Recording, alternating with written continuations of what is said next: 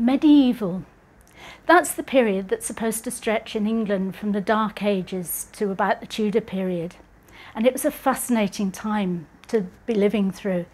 It was a time of great magic and superstition when people actually believed in werewolves and vampires. It was the time of the bubonic plague. It was the time when you could die of a simple scratch on your arm. But it was also one of the most wonderful and magical times to live in. A lot of people don't realise that during the Middle Ages we actually had tremendous advances in medicine. For example, there was one woman who pioneered plastic surgery in the Middle Ages. She actually treated somebody with a wound to their face by tying their forearm to their face until the skin of the forearm bonded with their face, and then she cut their arm away. It was a time when we had rudimentary anaesthetics and antiseptics, all of those things we were going to lose. We built great cathedrals, and yet also it was a time when we had open sewers.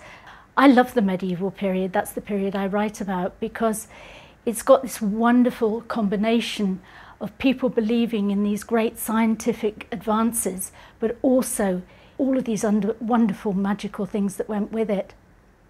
To some extent, I lived in a medieval period myself. I spent 18 months in Nigeria, and I lived there without water, without electricity, without any kind of plumbing. And the one thing that I learned about the medieval period was how much of your entire day was taken up just trying to survive, just trying to get enough food and fuel. If you wanted to eat at night, you had to start thinking about it first thing in the morning. You had to go out and get your water, then you had to go out and get your fuel, then you had to go and barter in the marketplace for something to eat. But the most terrifying thing was at night, when the candles were your only light, and the noises outside of the animals, of people maybe trying to break into a house and attack you.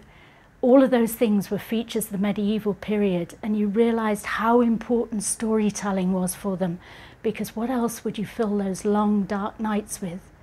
The medieval period is a wonderful, magical period, and I think I live there in my head most of the time.